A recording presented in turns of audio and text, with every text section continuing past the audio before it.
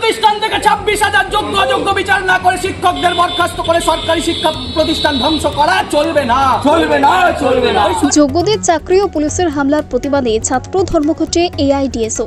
যোগ্য চাকরি প্রার্থীদের চাকরি ফিরিয়ে দেওয়ার দাবিতে আন্দোলন এবং সেই আন্দোলনে পুলিশের বর্বরোচিত হামলার প্রতিবাদে সোমবার সারা রাজ্যে ছাত্র ধর্মঘটের ডাক দেয় এআইডিএসও। মুর্শিদাবাদের বহরমপুরে কৃষ্ণনাথ কলেজ ও মুর্শিদাবাদ ইউনিভার্সিটির সামনে পিকেটিং করে বিক্ষোভ দেখায় সংগঠনের ছাত্ররা। তাদের দাবি, আন্দোলনকারীদের উপরে হামলা গণতন্ত্রের অশোভন। অবিলম্বে যোগ্য প্রার্থীদের চাকরি ফিরিয়ে দেওয়ার পাশাপাশি দোষীদের বিরুদ্ধে কড়া ব্যবস্থা নিতে হবে।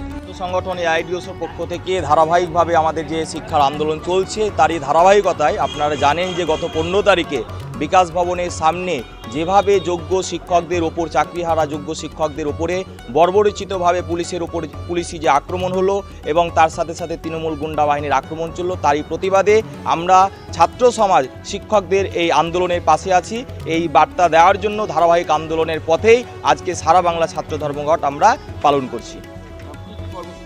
আমরা আজ মূলত মুর্শিদাবাদ জেলার বিভিন্ন কলেজ এবং বিশেষ করে কৃষ্ণনাথ কলেজ, মুর্শিদাবাদ বিশ্ববিদ্যালয় আমরা চত্বরে পিকেটিং করছি এবং পিকেটিং হওয়ার পর র্যালি হবে।